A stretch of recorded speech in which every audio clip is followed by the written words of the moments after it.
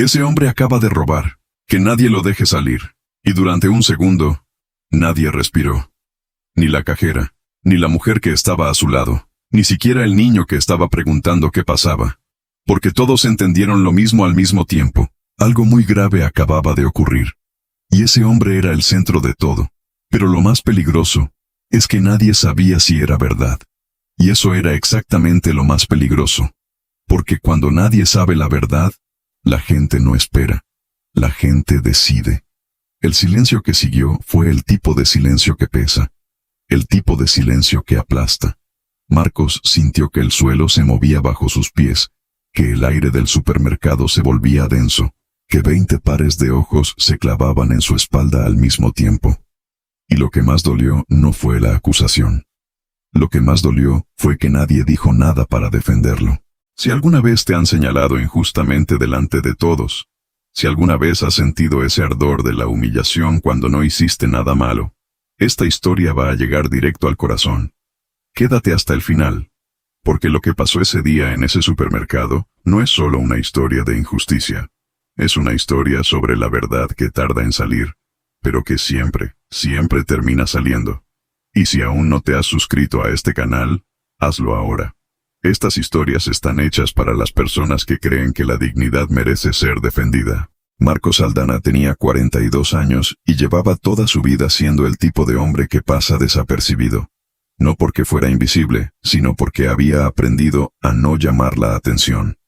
Era delgado, de estatura media, con manos que mostraban años de trabajo manual, y una sonrisa tranquila que usaba con moderación, solo cuando algo de verdad lo merecía.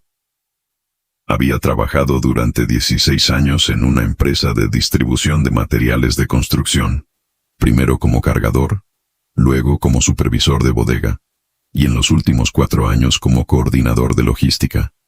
No era un puesto glamoroso, pero era suyo, ganado con cada hora extra, con cada fin de semana sacrificado, con cada error del que aprendió sin quejarse. Vivía en un departamento pequeño en el norte de la ciudad, en un barrio que había mejorado bastante en los últimos 10 años, pero que todavía cargaba con el estigma de haber sido considerado peligroso. Eso le importaba poco a Marcos. Para él, ese departamento era el resultado concreto de 15 años de disciplina. Lo había comprado a los 34, pagando con crédito bancario, reduciendo gastos, comiendo en casa casi todos los días. Era su espacio, su estabilidad, el único lugar donde sentía que nada podía amenazarlo. Tenía una hija, Valentina, de 16 años, que vivía con su madre después de un divorcio que había ocurrido 6 años atrás. El divorcio no fue dramático. Fue simplemente el fin de algo que había dejado de funcionar mucho antes de que alguno de los dos lo admitiera. Marcos y su ex esposa Rosa habían encontrado la manera de ser padres responsables sin hacerse daño, y Valentina, aunque al principio sufrió como sufren todos los hijos de padres separados, había crecido siendo una chica segura, crítica, con la claridad moral que dan los hogares donde al menos uno de los adultos se esfuerza por hacer las cosas bien. Marcos veía a Valentina los fines de semana, cuando ella no tenía actividades escolares. Le gustaba llevarla a lugares sencillos, un parque, una librería, un restaurante sin pretensiones donde pudieran hablar sin apuro. Era en esas conversaciones donde Marcos se sentía más vivo, porque Valentina tenía esa capacidad de los adolescentes inteligentes, de preguntar cosas que los adultos ya olvidaron preguntarse. ¿Por qué trabajas tanto si siempre estás cansado? ¿Qué es lo que de verdad te gusta hacer? ¿Cuándo fue la última vez que te reíste de verdad? Él no siempre tenía respuestas, pero le gustaba intentarlo. Ese sábado de noviembre había comenzado como cualquier otro. Marcos se despertó a las 8, preparó café, revisó su teléfono por costumbre, y luego lo dejó boca abajo sobre la mesa porque los sábados se había propuesto no vivir pegado a la pantalla. Tenía una lista mental de cosas por hacer: pasar por la ferretería, enviar un mensaje al seguro del coche, y hacer las compras de la semana porque la nevera estaba prácticamente vacía. El supermercado al que fue se llamaba Mercado Central del Norte. Era una cadena regional de tamaño mediano, con 4 sucursales en la ciudad. La de Marcos estaba a 12 minutos caminando desde su departamento. lo cual la hacía conveniente para las compras semanales. Llevaba yendo ahí durante casi 3 años. Conocía los pasillos de memoria. Sabía dónde estaban las ofertas, dónde estaba el queso que le gustaba, cuál caja era más rápida dependiendo del día y la hora. Era un cliente habitual, discreto, puntual, que pagaba siempre en efectivo o con tarjetas según lo que tuviera más a la mano. Nunca había tenido un problema. Nunca había recibido una mirada rara. Era simplemente parte del paisaje de ese supermercado, como la música de fondo y los carteles de promociones. Ese sábado entró a las 10:15 de la mañana. Tomó un carrito, sacó su lista del bolsillo del pantalón. Sí, una lista de papel, porque Marcos era de esa generación que todavía creía en el papel, y comenzó a recorrer los pasillos con la metodología tranquila de alguien que sabe exactamente lo que viene a buscar. Frutas, verduras, 2 litros de leche, pasta, arroz, una lata de atún, jabón de manos, papel de cocina, café en grano, y una tableta de chocolate amargo, que era su único lujo semanal y al que no pensaba renunciar. Lo que Marcos no sabía, mientras empujaba su carrito con calma entre los pasillos de ese supermercado, era que esa mañana ordinaria, esa mañana sin ningún rasgo particular, estaba a punto de convertirse en una de las peores de su vida. La gerente del Mercado Central del Norte se llamaba Patricia Durán. Tenía 38 años, pero con la actitud de alguien que lleva cargando una autoridad que nadie le cuestionó en mucho tiempo. Había ascendido rápido en la cadena. Cajera a los 22, supervisora a los 26, gerente de sucursal a los 32. En el mundo interno del supermercado, eso era una carrera notable. Y Patricia lo sabía. Lo dejaba saber. Era eficiente. Eso era innegable. Los números de la sucursal eran buenos, la rotación de personal más baja que en las otras 3 tiendas, y las auditorías internas casi siempre salían limpias. Pero había algo en su forma de gestionar el espacio que incomodaba a quienes la observaban de cerca. Tenía un radar particular para cierto tipo de clientes. Un radar que no funcionaba con datos objetivos, sino con algo mucho más peligroso: intuición no examinada. Había un guardia de seguridad en la tienda que se llamaba Ernesto. 31 años, callado, profesional, con la clase de discreción que viene de entender que tu trabajo es observar, no juzgar. Ernesto llevaba 2 años en ese puesto y durante ese tiempo había aprendido a leer a Patricia con la precisión de alguien que trabaja cerca de un volcán. Sabía cuándo estaba tranquila y sabía cuándo algo la había activado. Ese sábado, la había visto activarse. Ernesto estaba cerca del pasillo de lácteos cuando vio pasar a Patricia con esa caminata que tenía cuando algo la tenía enfocada, rápida, directa, con los hombros ligeramente hacia adelante. Siguió la dirección de su mirada y vio a un hombre de 40 y tantos, delgado, con una chaqueta gris, empujando un carrito con bastante tranquilidad. Nada fuera de lo ordinario. Absolutamente nada. Pero Patricia se quedó mirando. Ernesto no dijo nada.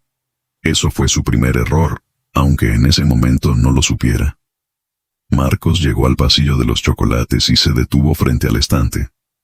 Tomó la tableta que siempre compraba. La examinó un segundo. Era su marca favorita, 70% cacao, sin azúcar añadida, y la colocó en el carrito. Luego continuó hacia el pasillo de cafés. Lo que ocurrió en ese momento, y que Marcos no vio, fue que Patricia Durán abrió el chat interno del personal en su teléfono y escribió un mensaje al guardia. Ojo con el del carrito gris, pasillo 7, está metiendo cosas en la chaqueta. Ernesto miró su teléfono. Miró hacia el pasillo 7. Miró de nuevo el mensaje. Y sintió esa incomodidad que sientes cuando alguien con autoridad te pide que confirmes algo que tus propios ojos no han visto. Fue hacia el pasillo 7. Observó a Marcos durante casi 3 minutos. Lo vio sacar un paquete de café, leer la etiqueta, compararlo con otro, y finalmente poner uno en el carrito. No vio ningún movimiento hacia la chaqueta. No vio nada que justificara la sospecha. Escribió de vuelta a Patricia. No veo nada sospechoso. La respuesta llegó en menos de 30 segundos. Sigue mirando. Estoy segura. Y ahí fue donde todo empezó a salir de los rieles. Marcos terminó su recorrido por los pasillos con la misma tranquilidad con que lo había comenzado. Su carrito tenía exactamente lo que estaba en su lista, más la tableta de chocolate y un bote de aceite de oliva que no estaba planeado pero que vio en oferta y decidió aprovechar. Calculó mentalmente el total aproximado mientras avanzaba hacia las cajas. Unos 65 euros, más o menos. Eligió la caja número 4 porque tenía menos gente. Solo 2 personas delante de él. Una señora mayor con pocas cosas y una pareja joven con un carrito bastante lleno. Se colocó detrás de la pareja, sacó su teléfono por primera vez en la mañana para revisar si Valentina le había escrito. Lo había hecho, para confirmar que el domingo pasaría a buscarlo a las 12. Y volvió a guardarlo. La señora mayor pagó, y se fue. La pareja joven empezó a colocar sus cosas en la cinta. Marcos comenzó a hacer lo mismo desde el otro extremo. Fue en ese momento cuando escuchó pasos rápidos detrás de él. No le dio importancia. Era un supermercado. La gente siempre anda con prisa, pero los pasos se detuvieron justo detrás de él. Y luego vino la voz. «Señor, necesito que me acompañe». Marcos se giró.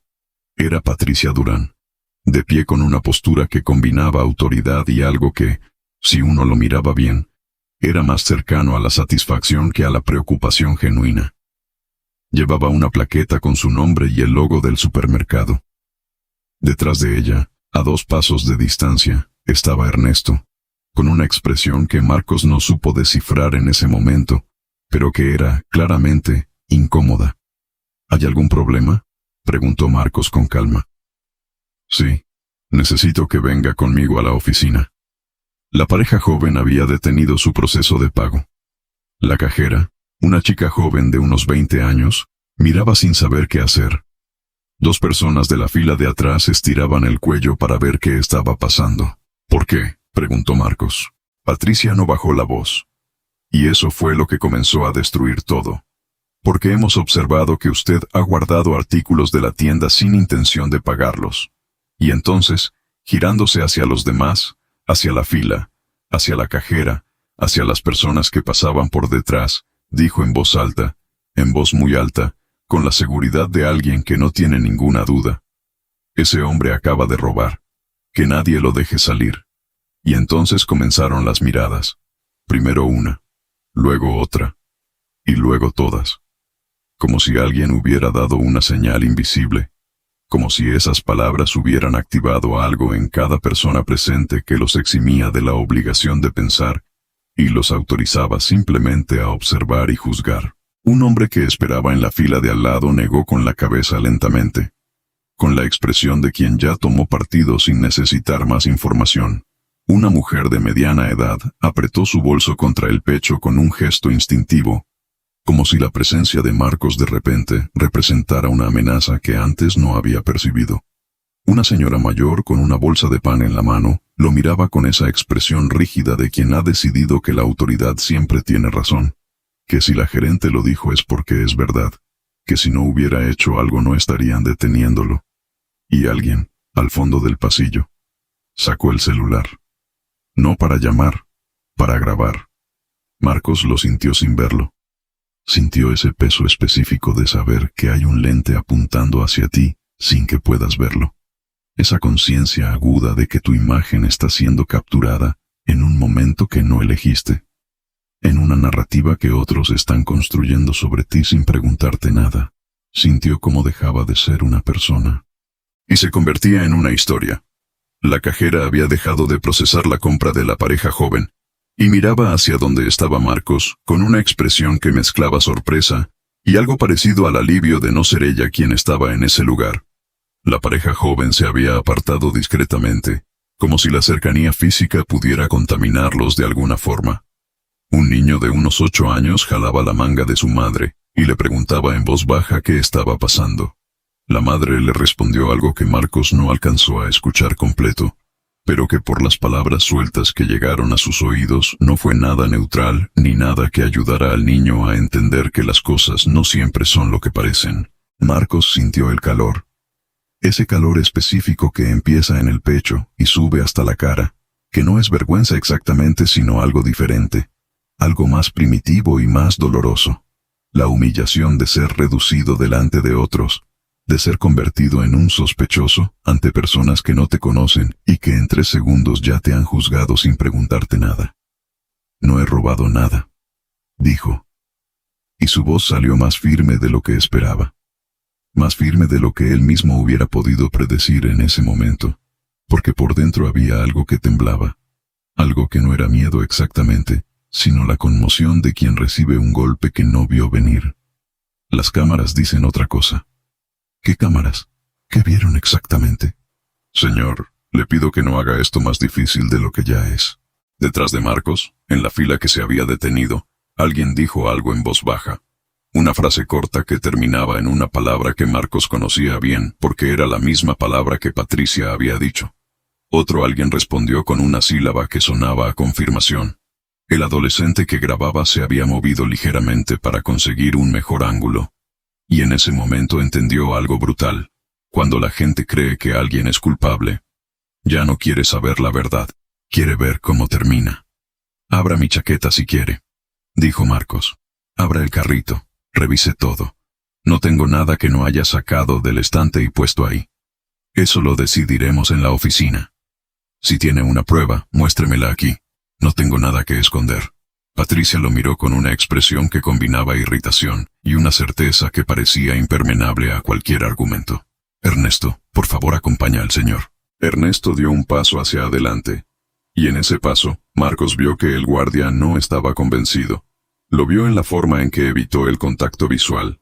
Lo vio en la rigidez de su postura, que no era la postura de alguien que está seguro de lo que hace, sino la postura de alguien que está siguiendo una instrucción que no quiere seguir. La incomodidad de Ernesto era real, pero no fue suficiente para que dijera algo. Por favor, señor, dijo Ernesto en voz baja. Vamos a la oficina y lo aclaramos ahí. Marcos lo miró un segundo. Luego miró a Patricia. Luego miró a las personas que los observaban. Y en ese barrido visual de menos de 3 segundos, registró cada mirada. La del hombre que seguía negando con la cabeza, la de la mujer que seguía con el bolso pegado al pecho, la de la cajera que miraba el suelo, la de la pareja joven que fingía no estar mirando mientras claramente miraba, la del niño que ahora tenía los ojos muy abiertos porque los niños siempre saben cuando algo importante está pasando, aunque no sepan exactamente qué es, y la del adolescente que seguía grabando. Marcos respiró. Profundo. Lento. Está bien, dijo. Vamos a la oficina, pero esto no va a quedar así. No lo dijo en tono amenazante. Lo dijo con la calma de alguien que sabe que tiene razón y que entiende que la razón, en ese momento, no es suficiente para detener lo que ya está en movimiento. Mientras caminaba hacia la parte trasera del supermercado, detrás de Patricia y al lado de Ernesto, escuchó más fragmentos. La voz de mujer que decía, ¡qué desvergüenza! La voz de hombre que decía, si no hubiera hecho nada, no lo estarían llevando. El sonido del teléfono del adolescente, que todavía grababa. Una empleada que fingía acomodar productos en un estante cercano pero que tenía los oídos completamente atentos a cada palabra. Cada paso fue una pequeña humillación adicional. Cada mirada fue un peso que se acumulaba sobre los hombros de un hombre que esa mañana había salido de su casa con una lista de supermercado, y que ahora estaba siendo escoltado como un criminal ante 25 extraños que nunca sabrían su nombre pero que ya habían decidido su culpabilidad. La oficina de Patricia era pequeña y funcional. Una mesa, 3 sillas, un monitor con acceso a las cámaras de seguridad, una impresora y estantes con archivadores. Olía a café frío y a papel. En la pared había un cuadro con los valores de la empresa: honestidad, servicio, comunidad. Marcos lo leyó y sintió algo que en otra circunstancia podría haber sido irónico, pero que en ese momento simplemente dolía. Patricia se sentó detrás de la mesa. Le indicó a Marcos que se sentara al otro lado. Ernesto se quedó de pie cerca de la puerta, con los brazos cruzados y la mirada fija en algún punto neutro de la pared. Vamos a revisar las cámaras, dijo Patricia, con la seguridad de quien ya sabe lo que va a encontrar. El primer video no ayudó. El ángulo era malo. Se veía el pasillo. Se veía la figura de Marcos de espaldas. Se veía el movimiento general de su brazo hacia el estante. pero el momento exacto quedaba en una zona de sombra que la cámara no alcanzaba a capturar con claridad. No mostraba nada definitivo. No mostraba nada que probara la acusación, pero tampoco mostraba nada que la desmintiera con la contundencia que Marcos necesitaba. No es claro, dijo Patricia. Y lo dijo de una forma que no parecía decepcionada, sino casi satisfecha, como si la ambigüedad de la imagen le permitiera seguir sosteniendo su versión sin tener que admitir que se había equivocado. Marcos sintió el estómago hundirse. Esa era su oportunidad, y se estaba desmoronando. Tiene que haber otra cámara, dijo. Ese pasillo tiene 2 ángulos por lo menos, los he visto. Patricia siguió moviendo el mouse, buscando entre las grabaciones con una deliberación que Marcos no supo leer del todo. ¿Estaba buscando honestamente, o estaba eligiendo cuidadosamente qué mostrar y qué dejar sin mostrar? Ernesto no decía nada. Miraba la pantalla con una expresión que Marcos empezaba a descifrar. Era la expresión de alguien que sabe más de lo que dice y que está eligiendo en tiempo real hasta dónde llegar. Y entonces, por primera vez desde que todo empezó, Marcos pensó algo que no quería pensar. ¿Y si no podían probar nada? ¿Y si las cámaras no mostraban lo suficiente, y la única evidencia que existía era la palabra de Patricia Durán contra la suya? Y en esa batalla, en ese ring desigual donde ella tenía el uniforme institucional y él solo tenía su propia certeza, ¿la verdad no alcanzaba para ganar? El pensamiento fue breve, pero fue real, y fue el momento más frío de toda la mañana. Patricia encontró el segundo ángulo. Una cámara lateral del pasillo de cafés. Avanzó la grabación y buscó el momento. Ahí estaba Marcos, tomando un paquete, leyéndolo, tomando otro, comparando, poniéndolo en el carrito. Silencio. Luego buscó el tercer ángulo, el del pasillo de chocolates. Ahí también se veía a Marcos de espaldas. El momento de tomar el chocolate del estante estaba capturado, pero de forma lateral, con parte del cuerpo de Marcos fuera del encuadre. Aquí, dijo Patricia congelando la imagen. El video avanzó en cámara lenta. Se veía movimiento, se veía la mano, se veía el producto, pero no lo suficiente, no con la claridad necesaria para decir con certeza qué había pasado exactamente en ese segundo específico. No es concluyente, dijo Patricia. Y en ese momento, todo cambió. Porque ya no se trataba de probar la verdad. Se trataba de ver quién tenía el poder de imponerla. Marcos lo entendió ahí, en esa silla, frente a ese monitor, con ese cuadro de valores colgado en la pared detrás de una mujer que en ese momento estaba usando la ambigüedad como escudo. Si las cámaras no eran suficientes, entonces no había garantía de nada, ni de justicia, ni de lógica, ni de sentido común. Solo quedaba una cosa, la versión que alguien decidiera sostener hasta el final. Y por primera vez en toda esa mañana, no estaba seguro de poder ganar. Sintió que la sala se achicaba, que el cuadro con los valores de la empresa en la pared se volvía más irónico todavía, que Ernesto, que seguía mirando la pared, sabía perfectamente lo que estaba pasando, y estaba eligiendo no decirlo, que Patricia tenía la posición, la autoridad, el uniforme, y la posibilidad de escribir el reporte de la mañana de la forma que más le convenía. Y Marcos tenía su propia certeza, que en ese momento, contra todo lo demás, no parecía suficiente. Y nadie se movió, nadie dijo nada, ni Patricia, ni Ernesto, ni la mujer que luego entraría a la oficina, porque todos estaban esperando lo mismo, que él cometiera un error, un gesto equivocado, un detalle fuera de lugar, algo, lo que fuera, que justificara todo lo que ya habían hecho. Una voz que se quebrara, una mirada que huyera, una reacción que pudiera interpretarse como la reacción de alguien que tiene algo que ocultar. Y Marcos lo sintió. Sintió que ya no bastaba con decir la verdad. Ahora tenía que demostrarla perfectamente. «Revísenme», dijo. La palabra cayó en la sala con una claridad que no admitía ambigüedad. No fue un ruego. No fue una súplica. Fue la declaración de alguien que tiene las manos limpias y que está dispuesto a que cualquiera lo compruebe en ese mismo momento, en ese mismo lugar, sin esperar más. Aquí, ahora, la chaqueta, los bolsillos, el carrito, Todo. Patricia llamó a Carmen, la encargada de turno, que entró a la oficina con la expresión de quien preferiría estar en cualquier otro lugar. Procedió a revisar los bolsillos de la chaqueta de Marcos, su cartera, sus bolsillos del pantalón, y finalmente el carrito que Ernesto fue a buscar. Lo que encontraron fue exactamente lo que estaba en la lista de Marcos: frutas, verduras, leche, pasta, arroz, atún, jabón, papel de cocina, café en grano, una tableta de chocolate amargo y un bote de aceite de oliva. Todo con etiquetas del supermercado. Todo sin pagar, porque no había llegado a la caja. Todo perfectamente legítimo. Carmen registró cada artículo. Los comparó con los productos del estante. Los precios coincidían. Las cantidades eran normales. No había nada oculto. No había nada fuera de lugar. Carmen miró a Patricia. Patricia miraba los artículos sobre la mesa, como si esperara que en algún momento apareciera algo que justificara lo que había hecho. Su expresión era la de alguien que ha apostado con seguridad absoluta, y que está viendo cómo el resultado se mueve lentamente en la dirección equivocada, sin poder hacer nada para detenerlo. No apareció nada. «No hay nada aquí», dijo Carmen, en voz suficientemente baja para que solo Patricia y Ernesto la escucharan. Pero la oficina era pequeña. Marcos la escuchó perfectamente.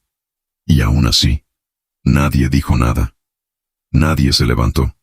Nadie corrigió lo que había pasado afuera. Nadie fue a decirle a esas 20 personas que estaban equivocadas. Nadie salió al pasillo a buscar al hombre que había negado con la cabeza, o a la mujer con el bolso apretado contra el pecho, o al adolescente que había grabado para decirles: se equivocaron, este hombre no hizo nada. El silencio en esa oficina no era el silencio del alivio. Era el silencio del orgullo herido, que no sabe cómo retroceder. Era el silencio de 3 personas que acababan de ver cómo la verdad aparecía sobre una mesa en forma de artículos de supermercado, perfectamente ordinarios, y que aún así no encontraban las palabras para hacer lo que correspondía. Y eso fue lo que más le dolió a Marcos.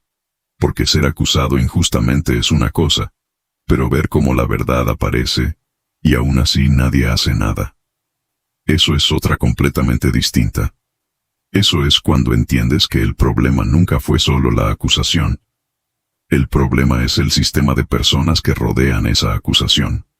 El sistema de silencios y miradas y complicidades pequeñas que permiten que una injusticia ocurra y luego se quede ahí, flotando, sin que nadie tenga el valor de nombrarla claramente.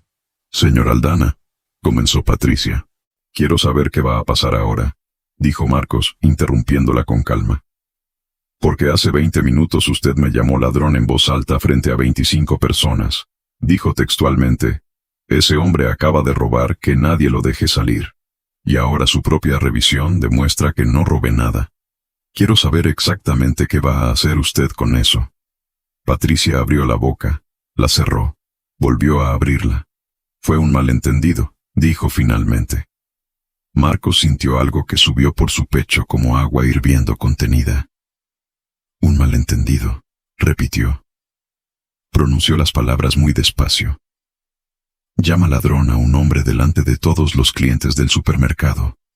Lo escolta como a un criminal. Lo trae a esta oficina. Revisa sus bolsillos como si fuera un delincuente. Y cuando no encuentra nada, lo llama malentendido. Carmen miraba el suelo. Ernesto miraba la pared. Patricia mantuvo la mirada de Marcos un segundo más, y luego la desvió hacia el monitor. «Puede continuar con su compra si lo desea», dijo. Marcos tardó en responder, no porque no supiera qué decir, sino porque estaba eligiendo cuidadosamente qué decir primero. «Voy a continuar con mi compra», dijo.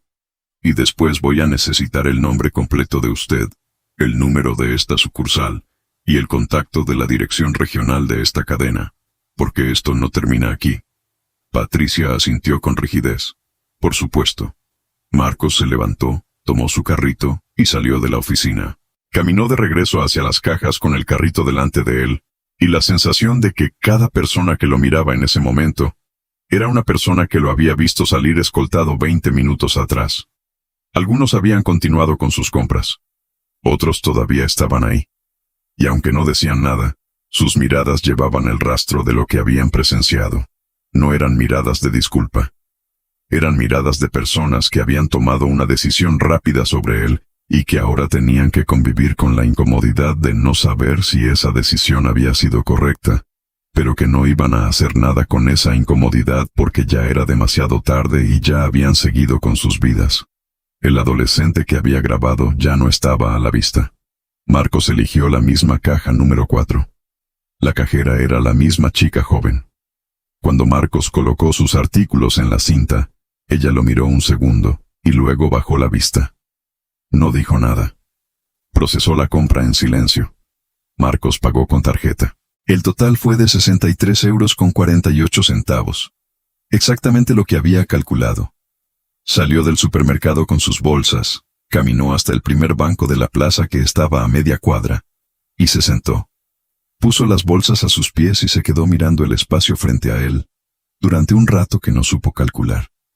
No lloraba, no temblaba, pero había algo dentro de él que estaba trabajando en silencio, procesando lo que acababa de ocurrir como un sistema que intenta ordenar una entrada de datos que no encaja en ninguna categoría conocida.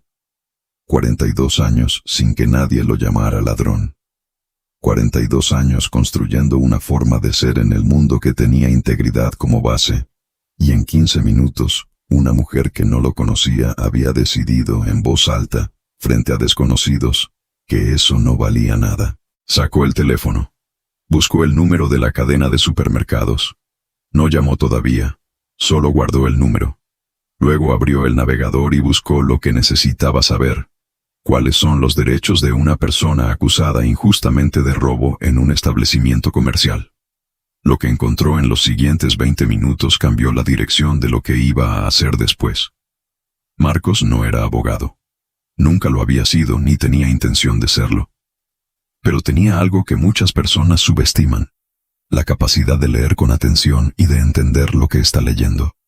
En su trabajo como coordinador de logística, había aprendido a leer contratos, normativas de transporte, regulaciones aduaneras. Había aprendido que los documentos tienen un lenguaje que parece complicado hasta que te acostumbras a su lógica. Lo que leyó esa mañana en el banco de la plaza le confirmó varias cosas. Una, que una acusación pública sin evidencia constituye una forma de difamación. 2, que retener a una persona sin pruebas concretas puede considerarse detención ilegal, dependiendo de las circunstancias. 3, que los establecimientos comerciales tienen procedimientos establecidos para situaciones de sospecha de robo, y que esos procedimientos incluyen la obligación de contar con evidencia antes de hacer una acusación pública. Patricia Durán había saltado directamente al paso final sin ninguno de los anteriores. Marcos no iba a ir a un juzgado esa mañana, eso lo sabía, pero sí iba a hacer algo antes de que terminara el día. Llamó a su primo Héctor, que trabajaba en una empresa de asesoría legal como asistente administrativo. No era abogado, pero conocía a varios y sabía cómo funcionaba el sistema mejor que la mayoría. Le contó lo que había pasado. Héctor escuchó en silencio hasta el final y luego dijo exactamente lo que Marcos esperaba que dijera. Tienes que documentar todo hoy, fechas, horas, nombres, testigos si los hay. Y antes de hacer cualquier movimiento legal, necesitas saber si alguien grabó algo. El adolescente. Marcos lo había visto. El teléfono levantado. La grabación. El problema era que no sabía quién era ese chico. No sabía su nombre. No tenía forma de contactarlo.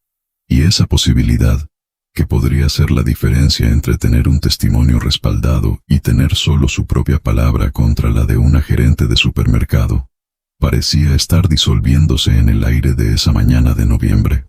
Vuelve al supermercado esta tarde, dijo Héctor. Habla con los empleados. A veces los compañeros de trabajo saben más de lo que dicen cuando el jefe está presente. Marcos miró sus bolsas. El chocolate amargo que había tardado tanto en llegar a casa. Está bien, dijo. Pero primero necesito comer algo. Llegó a su departamento a las 12:15. Guardó las compras, calentó los restos de un estofado del día anterior. Comió de pie frente a la ventana mirando el tráfico de la calle. Luego se sentó en la mesa y escribió todo lo que recordaba. La hora exacta en que entró al supermercado, los pasillos que recorrió, El momento en que Patricia Durán se acercó a la caja, las palabras exactas que usó, la secuencia de eventos en la oficina, los nombres que había conseguido. Patricia Durán, gerente. Carmen, encargada de turno. Ernesto, el guardia de seguridad. Escribió también lo que había sentido. No porque fuera relevante legalmente, sino porque necesitaba sacarlo de algún lado. La humillación. El calor en el pecho. La mirada de los demás. El adolescente con el teléfono. Las palabras de la mujer con la bolsa de pan. La expresión del hombre que negaba con la cabeza. El niño con los ojos abiertos. La cajera que miraba el suelo. Escribir lo que sentía no le hacía daño. Le ayudaba a ordenarlo. Le ayudaba a no convertirlo en rabia que no servía para nada. Cuando terminó de escribir, llamó a Valentina. No tenía intención de contarle lo que había pasado. Pero cuando ella contestó y preguntó, ¿qué pasó? Con esa precisión de los hijos que conocen bien la voz de su padre, Marcos no pudo sostenerse en el nada grave. Se lo contó. Valentina escuchó sin interrumpir. Cuando terminó, tardó un momento en responder. Y lo que dijo no fue lo que cualquier adolescente diría. Lo que dijo fue, ¿y el chico que grabó? No sé quién es. ¿Subió algo a alguna red social? Marcos no lo había pensado. No lo sé. Busca tu nombre y el nombre del supermercado. A veces esas cosas se suben rápido. Marcos miró el teléfono que tenía en la mano. ¿Cómo sabes esas cosas? Tengo 16 años, papá. Eso es lo que hacemos. Lo que encontró cuando buscó en las redes sociales no fue lo que esperaba. No encontró un video todavía. Encontró algo diferente. Un comentario en la página pública del Mercado Central del Norte, publicado hacía menos de 2 horas, que decía textualmente: acabo de ver cómo la gerente de esta tienda acusó públicamente a un cliente de robo sin ninguna prueba. El hombre no había hecho nada. Lo humillaron delante de todos. Vergüenza. El comentario tenía 16 respuestas, y había sido compartido 4 veces. Marcos leyó las respuestas. La mayoría eran de personas indignadas. Algunas pedían más información. Una era de alguien que decía haber estado presente, y confirmaba lo que el comentario describía. Y había una, la tercera respuesta, que decía: grabé parte de lo que pasó. Si alguien lo necesita, avisen. El perfil que había escrito esa respuesta tenía el nombre de usuario, Ruiz Foto, y una foto de perfil que mostraba a un chico joven con una cámara colgada al cuello. El adolescente. Marcos sintió algo que no había sentido en toda la mañana. Un movimiento de alivio que subió lentamente desde el estómago. No era euforia. Era algo más parecido a la sensación de encontrar el suelo firme después de haber estado flotando en un espacio sin referencias. Escribió un mensaje al perfil de Ruiz Foto. Se identificó, explicó la situación, y preguntó si podían hablar. La respuesta llegó en menos de 10 minutos. Sí. Te iba a buscar de todas formas. Lo que hicieron contigo estuvo muy mal. El chico se llamaba Rubén Ruiz. Tenía 17 años y era estudiante de fotografía en un instituto de artes visuales.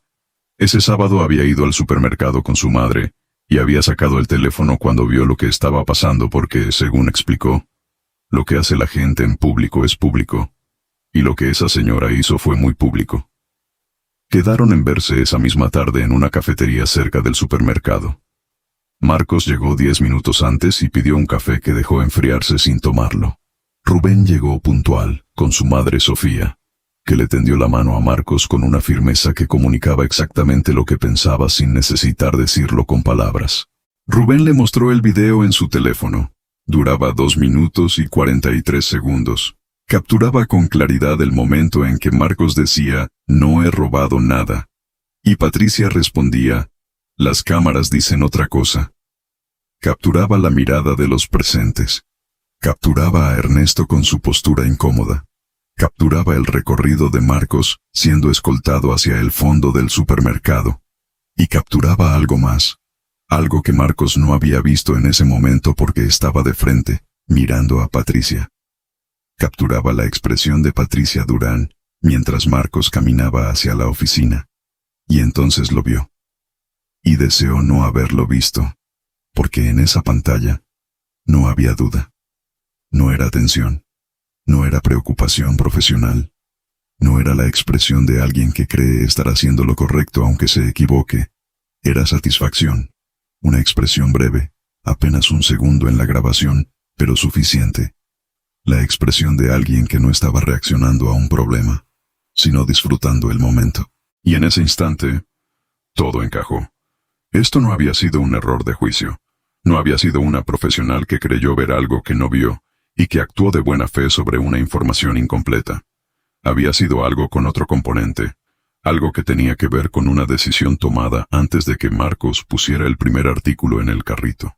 Algo que tenía que ver con quién era Marcos a los ojos de Patricia Durán, no por lo que hizo sino por cómo se vio, por dónde venía, por lo que ella decidió proyectar sobre él en el momento en que lo vio caminar por el pasillo de lácteos con su chaqueta gris y su carrito tranquilo. Marcos devolvió el teléfono a Rubén en silencio. «¿Puedo pedirte que no subas esto todavía?», preguntó. «Quiero usarlo de la manera correcta». Rubén miró a su madre. Sofía asintió. «Te lo mando ahora mismo», dijo Rubén. «Y si necesitas que declare algo, lo que sea, aquí estoy». Sofía añadió, con la voz tranquila de alguien que ha pensado bien lo que va a decir. «Lo que le hicieron a usted le pasa a mucha gente, y la mayoría se queda callada porque cree que no tiene opciones. Nos alegra que usted no se haya quedado callado». Marcos no supo qué responder, así que simplemente asintió. Y en ese asentimiento había más de lo que cabría en cualquier frase.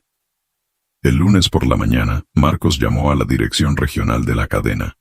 Habló con el coordinador regional de atención a incidentes. Le explicó la situación con fechas, nombres, secuencia de eventos y una referencia explícita al video externo. El coordinador escuchó, hizo preguntas específicas.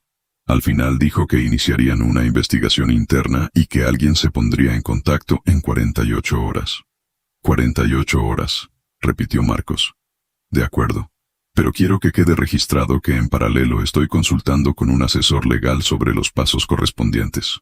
Hubo una pausa breve. Por supuesto, señor Aldana. Esto se va a tomar con toda la seriedad del caso.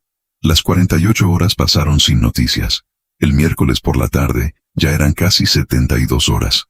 Marcos llamó de nuevo. El mismo coordinador, esta vez con un tono más directo.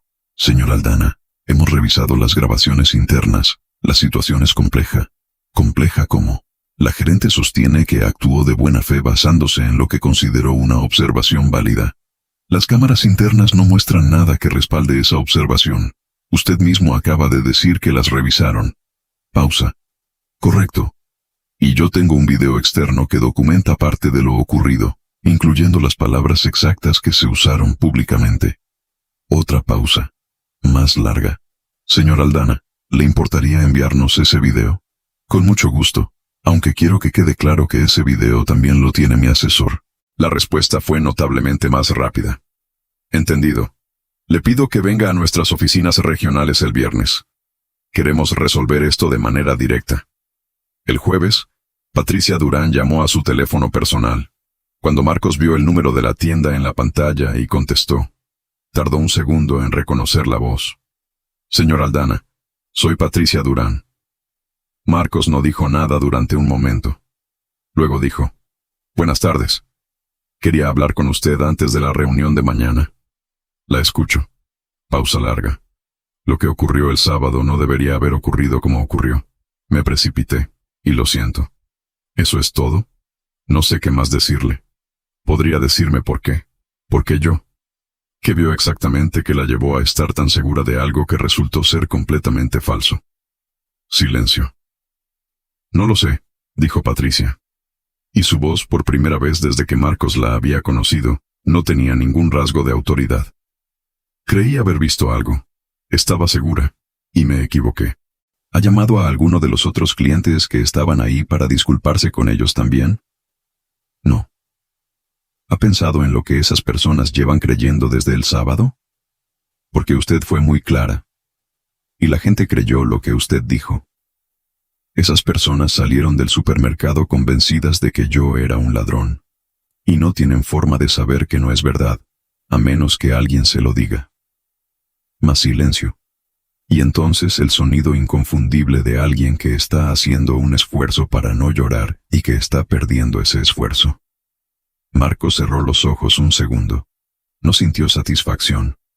Sintió algo más complicado. Algo que no era perdón todavía, pero que tampoco era rencor puro. Era simplemente la conciencia de que del otro lado del teléfono había una persona que había cometido un error grave y que ahora estaba en el interior de ese error, sintiéndolo, sin poder deshacerlo. Mañana nos vemos en la reunión, dijo Marcos, y vamos a resolver esto bien. Colgó. Abrió el chat con Valentina. Escribió: ¿Cómo te fue hoy? La respuesta llegó casi inmediatamente. Bien. ¿Y a ti? Marcos pensó un momento. Escribió: Mejor que el sábado. Un emoji de corazón llegó desde el otro lado. La reunión del viernes en las oficinas regionales duró casi 3 horas. Fernando Castillo, el director regional, inició con una declaración directa. Las grabaciones internas no mostraban ninguna conducta irregular por parte de Marcos. La revisión del inventario confirmó que ningún artículo faltaba. El procedimiento seguido por la gerente no se ajustaba a los protocolos establecidos por la empresa, que exigían confirmación visual clara antes de cualquier contacto con el cliente. Patricia Durán se había saltado todas las reglas. ¿Qué medidas va a tomar la empresa?, preguntó Marcos. La gerente está siendo sometida a un proceso disciplinario. Las posibles consecuencias incluyen suspensión o remoción del cargo. Y respecto a mí, la empresa está dispuesta a ofrecerle una disculpa formal por escrito y queremos hablar sobre una compensación. Lo que siguió fue una conversación sobre lo que era justo. Marcos no quería enriquecerse. Quería que el daño fuera reconocido. Quería que Patricia enfrentara consecuencias reales. Y quería algo que le importaba más que el dinero. Que la empresa cambiara el protocolo de sospecha de robo para que lo que le pasó a él no le pudiera pasar tan fácilmente a otra persona.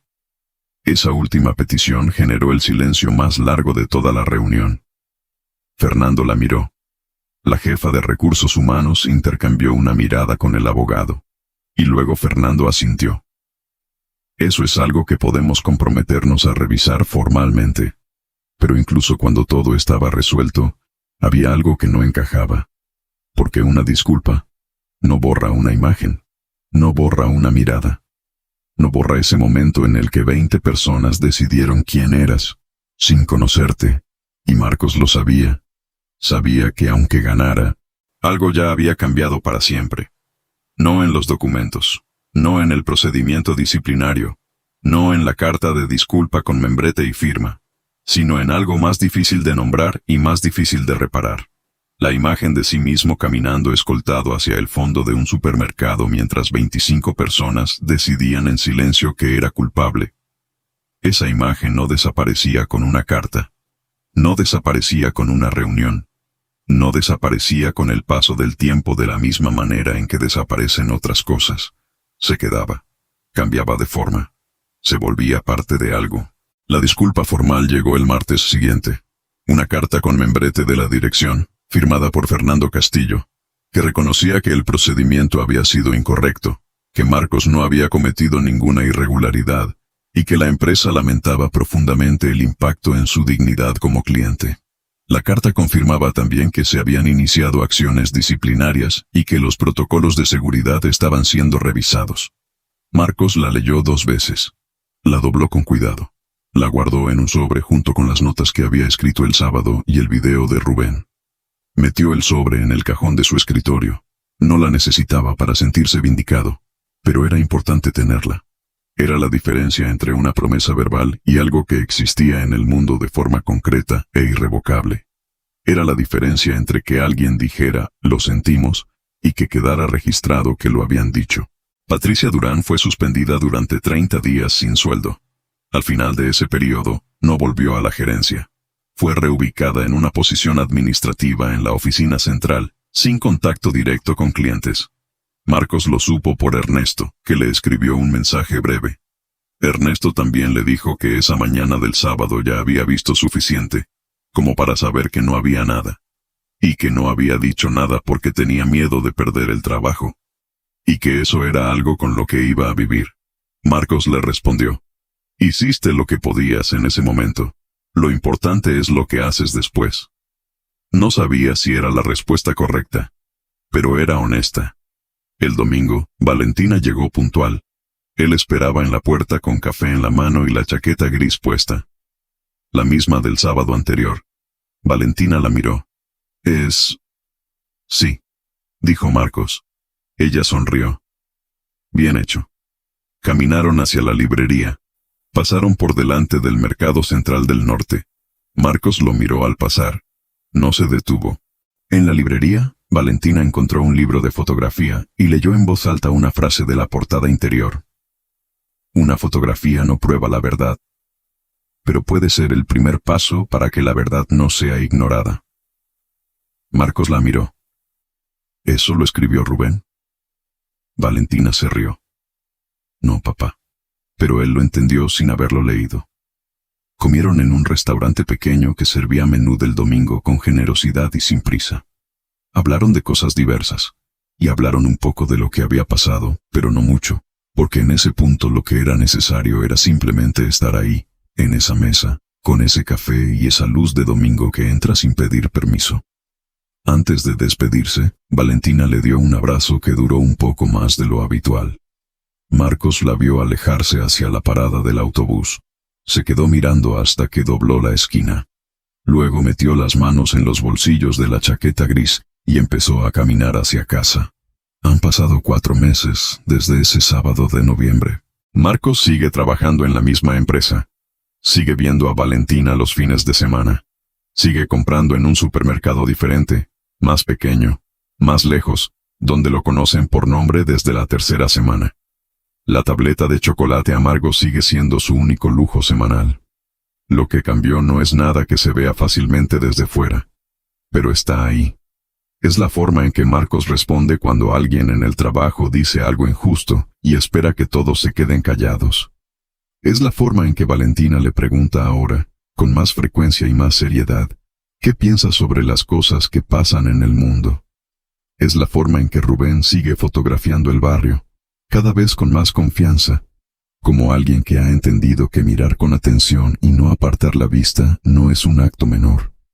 La dignidad no es algo que tienes hasta que alguien te la quita. La dignidad es algo que decides defender cada vez que te la intentan arrebatar.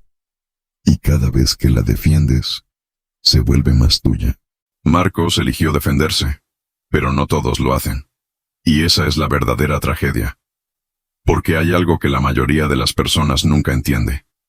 Hasta que les pasa. No necesitas hacer algo malo para que te traten como si lo hubieras hecho. Solo necesitas estar en el lugar equivocado, delante de la persona equivocada, en el momento exacto en que alguien decide que tú eres el problema. Y si eso pasa, solo hay una decisión que realmente importa: callarte o defenderte. La pregunta no es si eso puede pasarte. La pregunta es qué vas a hacer cuando pase. Y lo más inquietante de todo es que la mayoría de las personas que estaban ahí ese día nunca supieron la verdad. Se fueron a sus casas, hablando de lo que vieron, contando una historia que nunca fue real. Y probablemente, todavía hoy, creen que era culpable. Y eso es lo que más duele. Eso no tiene solución. No hay carta que llegue a sus manos. No hay reunión que los convoque. No hay protocolo que cambie lo que ya decidieron en 3 segundos frente a una caja de supermercado un sábado de noviembre. Solo queda eso, la verdad que Marcos sabe, y el error que ellos nunca sabrán que cometieron. Si esta historia te llegó, si alguna vez sentiste ese peso de ser juzgado sin pruebas, de ser silenciado cuando tenías razón, suscríbete a este canal. Aquí contamos historias sobre personas que no se rindieron, y cuéntanos en los comentarios, ¿tú qué habrías hecho en el lugar de Marcos? ¿Te habrías quedado callado o habrías hecho lo mismo que él?